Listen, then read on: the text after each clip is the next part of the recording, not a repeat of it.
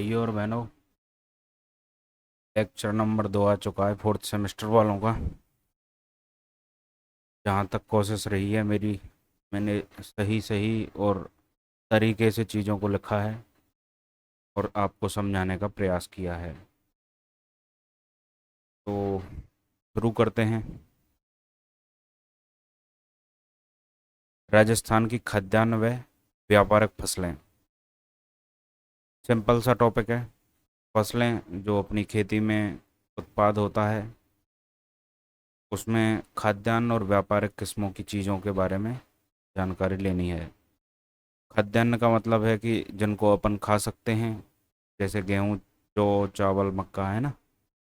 और या फिर व्यापारिक, जिनका मूलतः उपयोग बेचने के लिए या पैसे कमाने के लिए किया जाता है, वो व्यापारिक किस्में। हाँ, इनको खाया भी जा सकता है, लेकिन रॉ फॉर्म में नहीं। इनको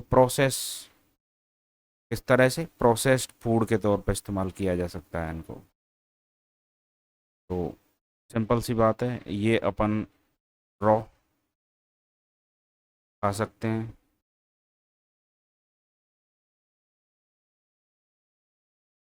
रॉ का मतलब है कच्चे, यस, डायरेक्ट।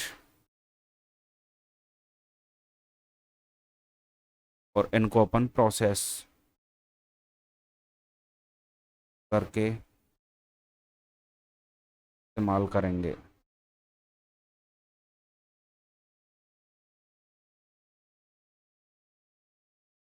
ठीक है जी, अब पढ़ लो इसको। नेक्स्ट है इनकी डिटेल्स, जो आपकी एग्ज़ाम के लिए इम्पोर्टेंट है। फसल नंबर 1 है गेहूँ। तो बात ऐसी होती है कि इन फसलों के बारे में लिखना क्या होता है। जब परीक्षा में आपसे पूछा जाए कि फसलों के बारे में लिखो या राजस्थान में उत्पादित होने वाली फसलों के बारे में लिखो, तो आपको सिंपल सा लॉजिक ये है कि जैसे गेहूँ, बाजरा, चना, सरसों, कपास, सोयाबीन, मूंगफली, कपास, जो कुछ भी आपके दिमाग में आ रहा है वो सब लिख दो। लेकिन फॉर्मेशन इनका इन 4-5 टॉपिक्स में होगा। एक तापमान, वर्षा, बीच में आप यहाँ पे मिट्टी लिख सकते हो, प्लस जलवायु लिख सकते हो। जितना मटेरियल आपके लिए मिले किताबों में, उतना लिख सकते हो। लेकिन मिनिमम ये पॉइंट तो होने चाहिए, किस तापमान में कितनी वर्षा पे होगा, कहाँ पैदा होगा, और इसकी किस्म कौन कौन सी हैं। किस्म आप 2 से लेकर 4 किस्म लिख सकते हो। यहाँ पे मैंने कुछ ज़्यादा लिख दी हैं, लेकिन आप यहाँ से 2 या 4 लिख दो। जैसे सोना कल्याण, या फिर आप गंगा सुनहरी। गेहूं की 2 चंबल लिख दो, सिंपल सा है। सोना कल्याण और गंगा सुनहरी आप 2 किस्म लिख लो। इसी तरह से आप बाजरे की 2 किस्म लिख दो, उनमें से कोई सा भी छांट लो। जैसे राजस्थान 171 या RH भी 911, ठीक है ना। इस तरह से कोई सा भी एक दो आप नाम छांट लो, वो आपको याद करने में भी आसान रहेंगे। तो गेहूं जो है आपका, ये कौन सी रबी है या खरीफ, ये आपका होमवर्क है। ये आपको लिखना है। जब डिटेल लिखते हैं क्वेश्चन की तब लिखना है। ये इसको बताओ आप, ये रबी है या खरीफ है।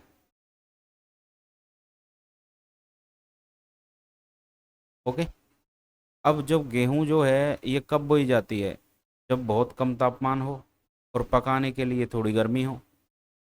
बरसात थोड़ी थोड़ी चाहिए। इनकी बरसातों को क्या कहेंगे, मावट।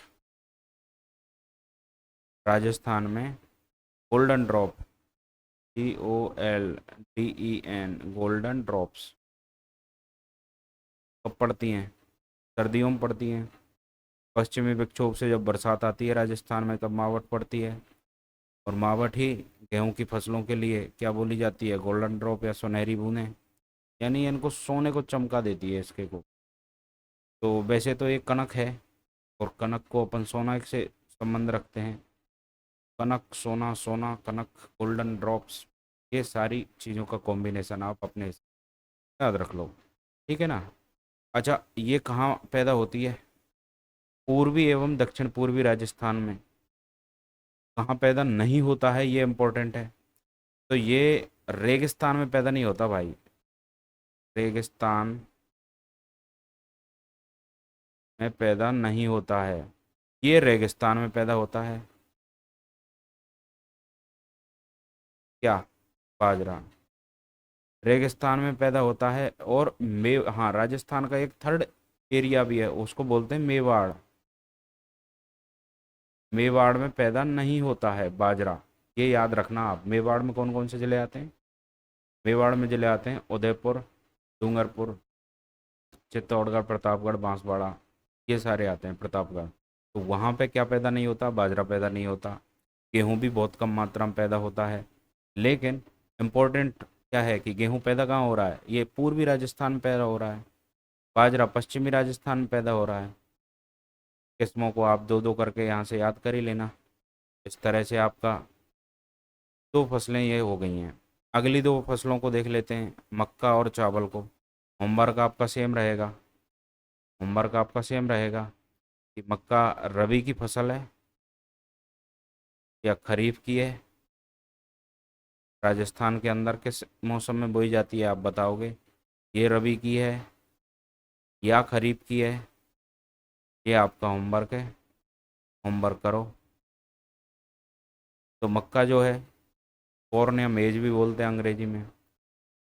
तो बुवाई इसकी गर्मियों में होती है, तापमान ज़्यादा चाहिए, बरसात चाहिए, मानसून के समय होती है। तो ऑब्वियस सी बात है कि ये ज़्यादा तापमान जब रहेगा तो उस समय रहेगी। बहुत अधिक तापमान में मक्का नहीं बोई जा सकती। अगर बो रहे हो तो उसके लिए फिर पानी वगैरह की व्यवस्था आपको करनी पड़ेगी। अगर नॉर्मल पानी में बोना चाह रहे हो तो आप मानसून के समय इसको बो। ठीक है ना? तो तापमान के बारे में बात हो गई। और वर्षा जो है इसके लिए वो चाहिए, मैंने बोला मानसून के समय। तो ज़रूरत पड़ेगी ना, 50 से 80 सेंटीमीटर की बरसात ज़रूरत पड़ रही है। कहाँ बोई जा रही है? मक्का हमारी दक्षिणी, यानी मेवाड़। मैं बोल रहा था ना अभी आपको, फसलों का कॉम्बिनेशन राजस्थान में 3 तरीके से होता है। मेवाड़ में हो रही है। कहाँ नहीं हो रही है? पूर्व में और पश्चिम में। पश्चिम में तो बिल्कुल भी नहीं होगी।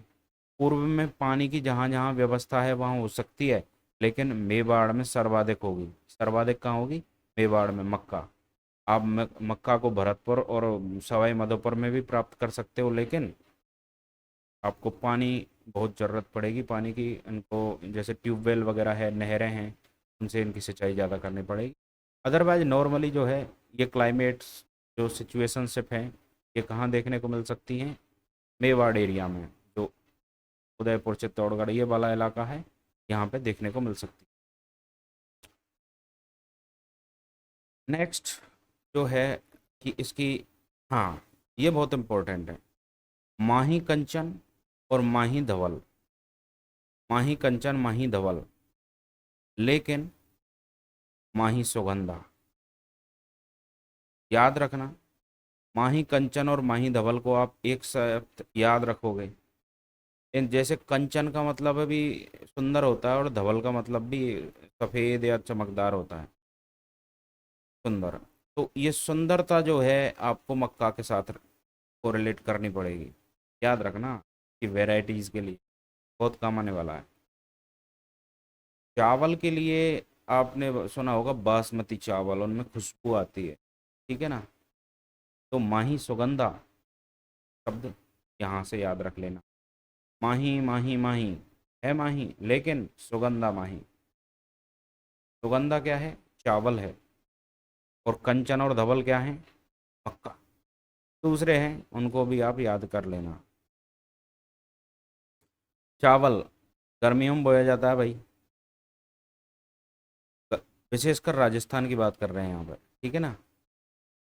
बहुत सारी जगहों पर सर्दियों में भी हो सकता है, लेकिन राजस्थान के अंदर गर्मियों में बोया जाता है। बरसात बहुत ज़्यादा चाहिए भाई। किसके लिए? चावल के लिए। ये तो उगता ही पानी के अंदर है। अब पूरे खेत में बहुत ही ज़्यादा पानी भर दोगे तब तो इसको उगाना होगा उसके अंदर। ये साधारण खेत में पानी डालने से नहीं होता है, ये फ्लड इरिगेशन से होता है। किससे होता है? FLOOD, flood irrigation, IRRI। समझ में आ गई ना बात? तो बाढ़ लानी पड़ेगी आपको खेत के अंदर, तब जाके क्या होगा? चावल पैदा होगा। हो कहाँ रहा है? बहुत अधिक मात्रा में, या तो एक्सट्रीम नॉर्थ में या एक्सट्रीम साउथ में, या तो बांसवाड़ा में होगा या हनुमानगढ़ में होगा। और जगह पे होता तो है थोड़ा थोड़ा सा, जहाँ आपको बड़ी वाली नदियाँ देखने को मिल रही हैं वहाँ होगा, लेकिन बांसवाड़ा और हनुमानगढ़ जो है इसके मेजर एरिया जहाँ पे आपको ये एक्सप्लेन करना होगा। नेक्स्ट है गन्ना और सरसों। ये किस क्रॉप्स में हैं? आप मुझे बताना, गन्ना जो है कब बोया जाता है? रबी में बोया जाता है, रबी सीजन में, या खरीफ सीजन में बोया जाता है? उसी तरीके से आपको मुझे ये भी बताना पड़ेगा, सरसों कहाँ और कब कैसे बोई जाती है। आप ज़्यादातर लोग समझते होंगे कि सरसों जो है कहाँ बोई जाती है, कब बोई जाती है, लेकिन गन्ने के बारे में फैक्ट जो हैं उनको तलाश लेते हैं। गन्ना स्पेशली कहाँ कहाँ बोया जाएगा? जहाँ पे पानी की मात्रा बहुत अधिक होगी, ज़्यादा पानी पीता है ये, तापमान थोड़ा ज़्यादा होगा, और कहाँ पे बोया जाएगा भाई? ये लो और ये लो, इन जगहों पे तो चीनी की मिल हैं। क्या है? चीनी मिल। गंगानगर शुगर मिल का नाम सुना है? यहाँ से सैनिटाइजर और अल्कोहल यानी शराब भी बनाई जाती है। गंगानगर शुगर मिल कहाँ है? गंगानगर के अंदर। बूंदी जो है, बूंदी के अंदर भी इसकी मात्रा बहुत है। बूंदी में जैसे मेज नदी वगैरह है, इसके किनारे पे बहुत सारा मात्रा में गन्ना बोया जाता है। ठीक है ना? सरसों, तो भाई सरसों जो है पूर्वी राजस्थान में सर्वाधिक है, आप सब लोग जानते होंगे। कब बोई जाती है? सर्दियों के सीज़न में बोई जाती है। अब ये रबी होता है या खरीफ, ये आप मुझे बता देना। तो शीत एवं शुष्क जलवायु के साथ, शीत एवं शुष्क यानी वर्षा नहीं पड़ रही होनी चाहिए। समझ में आ रही ना? ठंड तो हो लेकिन बरसात नहीं हो, और कम तापमान हो। ये ज़्यादा तापमान वाली कैटेगरी, ये कम तापमान वाली कैटेगरी। वर्षा चलेगी लेकिन बहुत अधिक नहीं, यानी ये भी मावट खाएगा। सर्वाधिक भरतपुर के अंदर, या फिर दूसरे जो हैं पूर्वी राजस्थान, या गंगानगर में भी उत्तरी राजस्थान के अंदर ये होगा। वरना RH, बायो, पूसा बोल्ड, ये सारी की आप किस्मों के नाम याद रख सकते हो। टॉपिक ख़त्म हो गया फसलों का। इतना ही लिखना है, फसलों के प्रकार कौन से हैं, कहाँ पैदा होती हैं, कैसे पैदा होती हैं, तापमान, वर्षा, जलवायु के बारे में भी आप लिख सकते हो। रबी खरीफ की क्या है व्यवस्था, उसके बारे में लिख सकते हो। पैराग्राफ में लिख सकते हो, टेबल बना के लिख सकते हो, जैसी आपकी मर्जी जैसे लिख सकते हो। ठीक है ना? नेक्स्ट टॉपिक है सिंचाई। राजस्थान में सिंचाई परियोजना। तो ये हमारे सामने कुछ एक सिंचाई परियोजना है। जैसे गंगा नहर है, ये गंगानगर है, यहाँ पे ये पहली सिंचाई परियोजना मानी जाती है राजस्थान की। उसके बाद जो है इंदिरा गांधी नहर परियोजना है, ये हनुमानगढ़ से चालू हो रही है। कौन कौन से? हनुमानगढ़, गंगानगर, बीकानेर, जैसलमेर, है ना, और बाड़मेर तक, गडरा रोड तक ये आ रही है। ये मुख्य रूप से नहर इनमें है, और बाकी सप्लाई इसकी यहाँ तक मध्य राजस्थान तक है। जैसे चूरू और नागौर तक भी है, और जोधपुर में है। यहाँ इस वाले अरावली के वेस्ट साइड तक इसकी सप्लाई रहेगी पानी की। किसकी? इंदिरा गांधी नहर की। अभी अपन डिटेल में भी देख लेंगे इन चीज़ों को। बीसलपुर परियोजना किस किन किन जगहों के लिए पानी देती है, डिटेल में पढ़ें, उससे पहले अपन यही पढ़ लें कि बीसलपुर परियोजना, ये वाली जो परियोजना है, डार्क कलर वो ले लेता हूँ मैं एक बार, वाइट है, डार्क मिल जाए भाई, ब्लू ले लेता हूँ, है ना।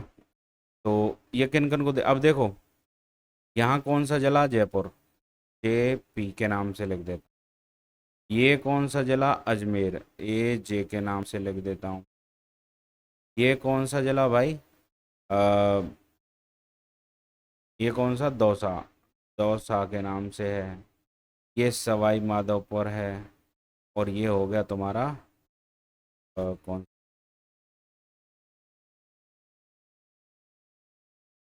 राइट, मुझे थोड़ा ध्यान नहीं आ रहा था इसका नाम। टोंक के नाम से लिख देता हूँ, है ना।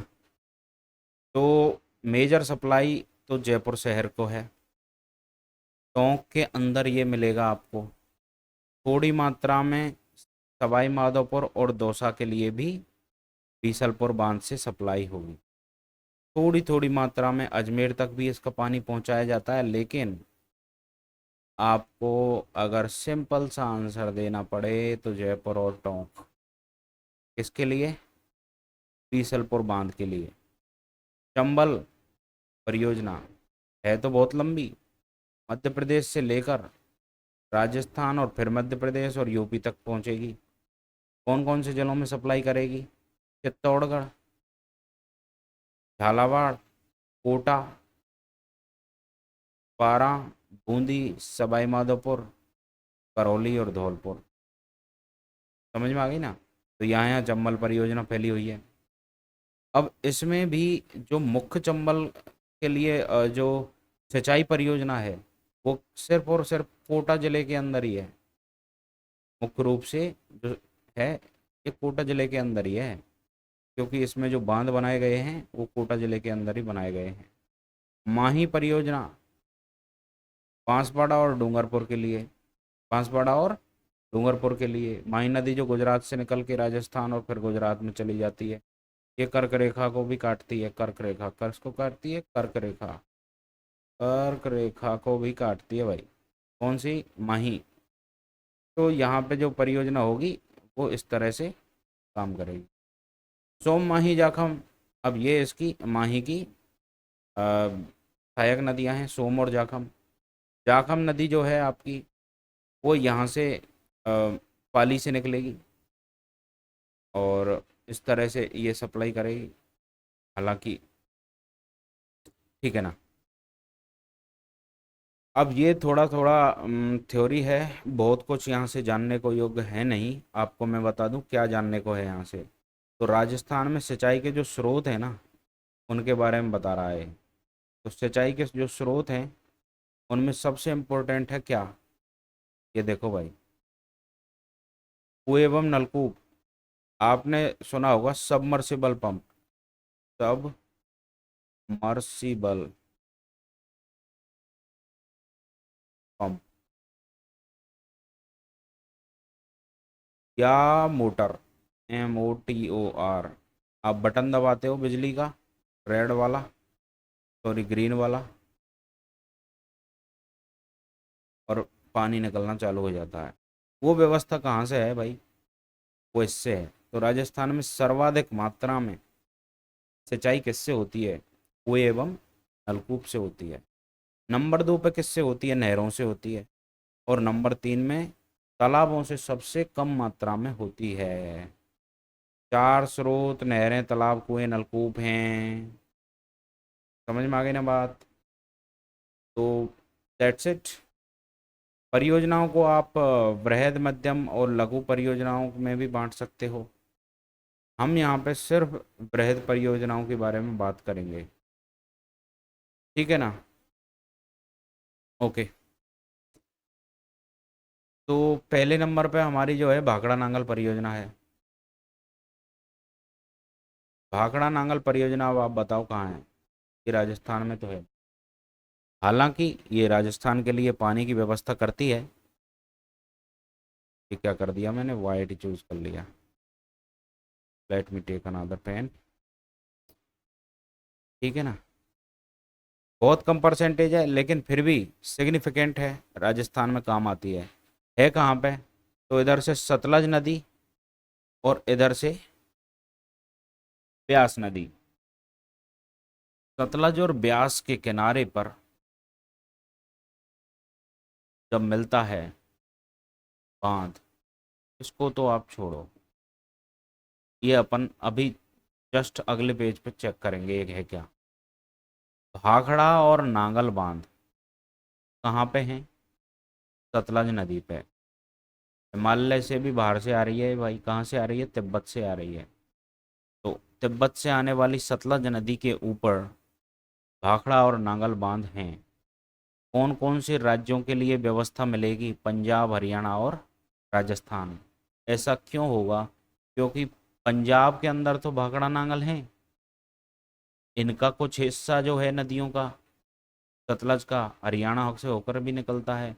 और फिर आगे जब हर के बैराज अपन देखेंगे तो उसका हिस्सा पानी का राजस्थान में भी आता है, तो इंदिरा गांधी नहर के लिए, तो उस हिसाब से राजस्थान में इस तरह से पानी आ जाता है।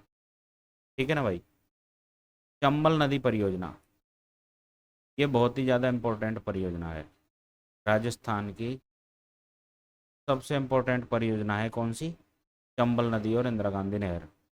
अब देख लो एक बार, चंबल नदी किधर से किधर चल रही है, तो इंदौर से चालू हो रही है भाई। यहाँ क्या है, महू, महू नाम का एक गांव है, कस्बा शहर कुछ मान, वहाँ से ये नदी निकल रही है और ये निकलती निकलती एक जगह आ जाती है जहाँ पे कौन सा बांध है,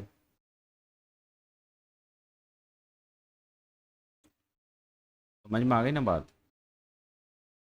गांधी सागर बांध कहाँ पे है, मध्य प्रदेश में। चलो भाई, गांधी सागर बांध मध्य प्रदेश में बना दिया गया। अब ये राजस्थान में यहाँ से 84 गढ़ से एंट्री मारेगी, तो यहाँ पे नंबर 2 पे बांध जो होगा राणा प्रताप सागर, नंबर 3 पे होगा जवाहर सागर, फिर है कोटा बैराज। राणा प्रताप सागर, जवाहर सागर, कोटा बैराज। इसको आप कैसे याद करोगे, GRJ,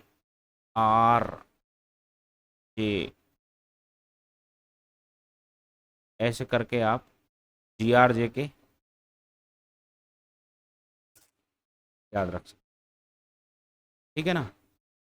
तो सिंपल सा लॉजिक है, आप समझ ही पा रहे हो कि नदी का जो ढाल है वो उत्तर की तरफ है, फिर उत्तर पूर्व दिशा में बन जाता है ढाल। तो ढाल को दिशा में नदी के किनारे पे, या सॉरी बोलें तो नदी के पेटे में, और पानी को रोका जाएगा। पानी का रोकना जो है वो कहाँ होगा, वो होगा बांधों से। और सबसे इम्पोर्टेंट बांध कौन सा बना सबसे पहले नंबर पे, गांधी सागर।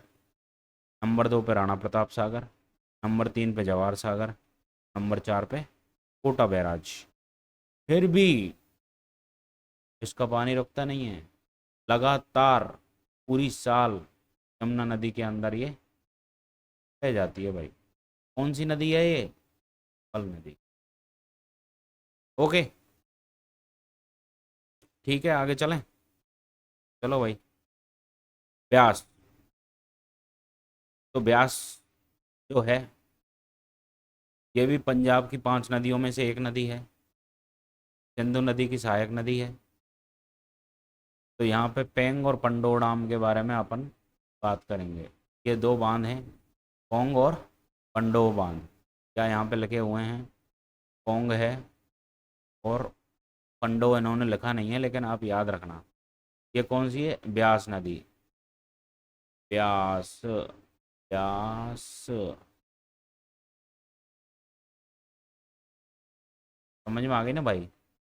ब्यास नदी चल रही है पहले पंडोह, फिर पोंग, और ये आगे चल के ब्यास ब्यास ब्यास ब्यास किससे मिलेगी, सतलज से। और सतलज पे कौन सा बांध है, भाखड़ा नांगल। सतलज पे भाखड़ा और नांगल बांध है, समझ में आ गई ना बात। उसके बाद में ब्यास और सतलज नदी के किनारे पे कौन से हैं, हरिके बैराज का है, ये है हरिके बैराज, हरिके, हरिके। ठीक है ना भाई। यहाँ से क्या आती है, इंदिरा गांधी नहर परियोजना, कहाँ से आती है, इंदिरा गांधी से। ठीक है ना भाई। तो ब्यास परियोजना से भी पानी आता है, इधर भाखड़ा नांगल से भी पानी आता है, इंदिरा गांधी नहर परियोजना, ये सब क्या है, कनेक्टेड हैं सारे रूट। पानी असलियत में सतलज और ब्यास नदी का ही आता है, लेकिन से बनने वाली जो विद्युत ऊर्जा है वो भी राजस्थान को मिलेगी। खर्चा भी तो किया है ना आपसे। माही बजाज सागर परियोजना कहाँ कहाँ है भाई? राजस्थान और गुजरात के अंदर। 50-50। अब माही बजाज सागर का एग्जैक्टली क्या है? तो ये माही नदी के बारे में मैंने बता ही दिया था, कर्क रेखा को 2 बार काट देगी। गुजरात से चलेगी, गुजरात में आ जाएगी, ठीक है ना। सॉरी, मध्य प्रदेश से चलेगी, है ना। अब ये क्या है, कडाना डैम जो है, ये वाला हिस्सा तो कहाँ पे है? ये वाला हिस्सा तो है गुजरात के अंदर, कडाना बांध। और माही बजाज सागर जो है वो कहाँ पे है? राजस्थान के अंदर। ओके। ये माही बजाज सागर बांध मिल गया आपको। That's it.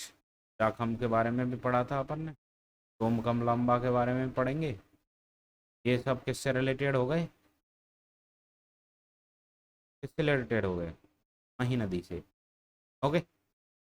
सोम कमलांबा पढ़ेंगे अभी। जाखम पढ़ लिया, वहीं बजाज सागर पढ़ लिया, और माही नदी पढ़। तो इसको आप कर लेना कवर।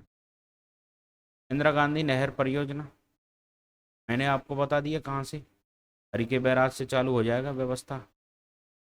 अब देख लो भाई, ब्यास और सतलज रिवर, कौन कौन सी नदी? ब्यास नदी, ये ब्यास नदी, और ये सतलज नदी। चलो ये हाइलाइटर ले लेता हूँ। ये तो सतलज नदी, ये ब्यास नदी, और यहाँ पे ये हरिके बैराज है। ये सतलज नदी, ये ब्यास नदी, और यहाँ हरिके बैराज है। एक जैसा ही डायग्राम है, सेम टू सेम, चिंता मत करो आप, ठीक है ना। और ये भाई हरिके बैराज से और ब्रांच निकल रही है नहरों की, कहाँ आ रही है? राजस्थान के अंदर एंट्री कर दी, हनुमानगढ़ से करिए। चलती चलती ये कहाँ तक आ गई? हनुमानगढ़, गंगानगर, बीकानेर और जैसलमेर, यहाँ तक तो मुख्य रूप से आई। फिर देख लो, मैं नया हाईलाइटर ले। उसके बाद में इसकी ब्रांच बनती है। तो ये गडरा रोड बाड़मेर तक ये अपनी ब्रांच को लेकर आती है। कहाँ से? मोहनगढ़ से और गडरा रोड तक। कहाँ से? मोहनगढ़ से और गडरा रोड तक ये अपनी एक बाबा रामदेव की उपशाखा चलकर आती है। इसमें बहुत सारी शाखा हैं, है ना। उनको अपन किसी और दिन अच्छे से पढ़ेंगे। अभी आप सिर्फ इसका नेटवर्क पढ़ लो, कहाँ कहाँ से और कैसे कैसे सप्लाई कर रही है, ठीक है ना। अब ये कहाँ कहाँ पानी लेकर आएगी, ये देख लो। तो आप जलों के नाम याद रख लो। गंगानगर में लाएगी, मानगढ़ में लाएगी, चूरू में लाएगी, झुंझुनू में लाएगी, ठीक है ना। जोधपुर किधर है? नागौर येरा, जोधपुर येरा, बाड़मेर येरा, जैसलमेर येरा, और पीले पीले जो कर दिए मैंने वहाँ पे, ये क्या लेकर आएगी भाई? पानी लेकर आएगी।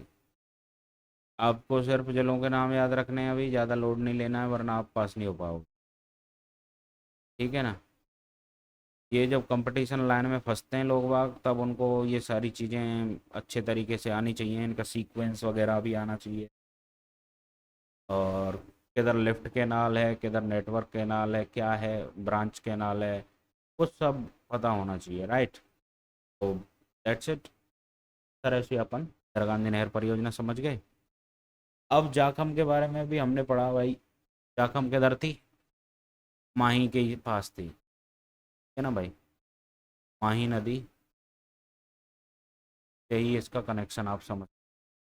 बीसलपुर समझ चुके, सोम कमलम्बा समझ चुके। ये भी किससे? माही नदी वाला मैप देख लेना आप। मैंने बोला था ना, अजमेर, ब्यावर, किशनगढ़, ये तो खैर एक ही इलाका है। टोंक, जयपुर, विशेषकर मुख्य रूप से, ठीक है ना। नदी को याद रखना है ना। ये मैं नहीं बता पाया था। बनास नदी, राइट। मेजा डैम, ये इम्पोर्टेंट है, ये वहाँ नहीं था। कहाँ है ये? भीलवाड़ा में। कौन सी नदी? कोठारी नदी। बस इतना ही याद रखना है। बेजा डैम भीलवाड़ा जिले में कोठारी नदी पर स्थित है। अरे भाई सारी चीज़ें होंगी ना।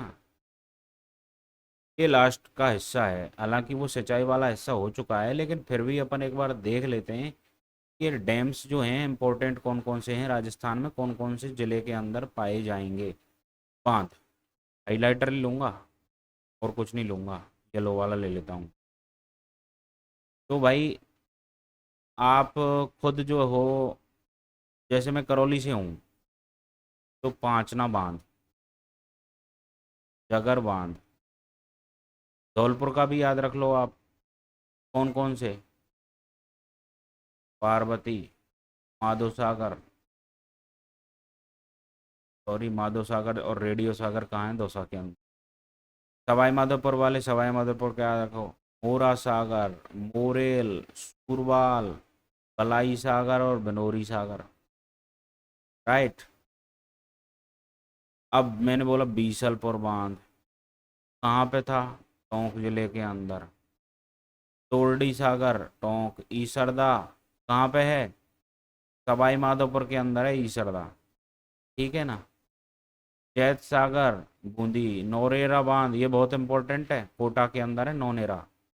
इस पे कौन सी प्रोजेक्ट चल रही है? ERCP, eastern Rajasthan canal project, पूर्वी राजस्थान नहर परियोजना आएगी। और सोम कमलाम्बा अभी अपन ने पढ़ा, नौलखा बावड़ी, डूंगरपुर प्रतापगढ़ वाले हिस्से में जाखम बांध, और कड़ाना बांध ये गुजरात में है। और कहाना और माही बजाज सागर बांसवाड़ा के अंदर हैं। ठीक है ना। तो हाँ, जसवंत सागर और पिचिया डैम ये कहाँ है? जोधपुर के अंदर। हेमावास पाली के अंदर, जबाई पाली के अंदर। ठीक है ना भाई। ओ, दैट्स इट। और मेरे ख्याल से इतने ही इम्पोर्टेंट। बाकी जो हैं वो बहुत ज़्यादा इम्पोर्टेंट नहीं हैं, और आप उनको छोड़ सकते हो। जो मैंने यहाँ हाईलाइट करे हैं वही आपको देखने हैं, ये इम्पोर्टेंट है। ये आपके छोटे क्वेश्चंस में आ सकते हैं कि कौन सा बांध कहाँ पे है, किस काम। तो मेरे ख्याल से आप वैसे एक बार तो सबको देख लेना, और जो मैंने हाईलाइट करे हैं आपके सामने इनको जल्दी देख लेना। अब मेरी तरफ से ये आज का लेक्चर यहीं तक। बचा कुचा हिस्सा अपन नेक्स्ट लेक्चर्स में कवर करेंगे। Thank you very much. ठीक है भाई, करते रहिए।